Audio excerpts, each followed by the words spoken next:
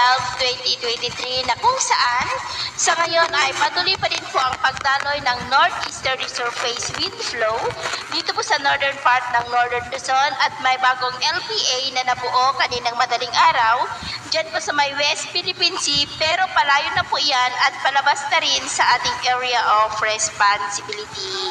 Sa labas naman po ng ating area of responsibility ay nananatili pa rin na mayroong isang malakas na bagyo, pero nahaharangan na po yan ng amihan kaya hindi na po yan papasok sa ating area of responsibility at kumikilos na po paliko, palayo na po dito sa atin. At sa atin pong long range forecast ay wala pa rin naman pong nakikitang bagyo na tatawid dito po sa ating bansa hanggang sa susunod na 2 linggo, pero posibleng bago matapos ang buwan na ito, gaya na inyong nakikita, ay may sama ng panahon muli na mabubuo dyan sa karagatan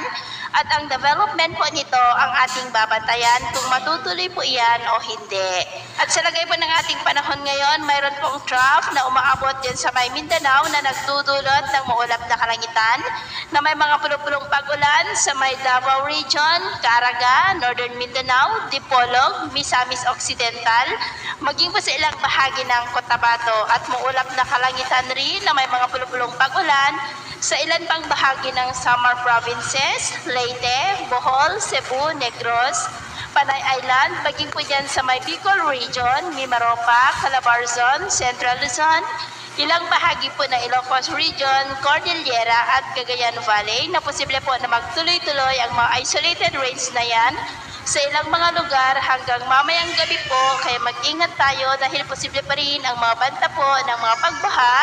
at pagguho ng lupa. At sa atin naman pong mga baybayin, dahil sa amihan ay matataas na po ang mga alon sa seaboard ng Batanes, Babuyan Islands, Santa Ana, Cagayan, Burgos at Pagudpod ng mga alon ay aabot po sa 2 to 3 meters height, kaya wasan muna natin ang papalaot,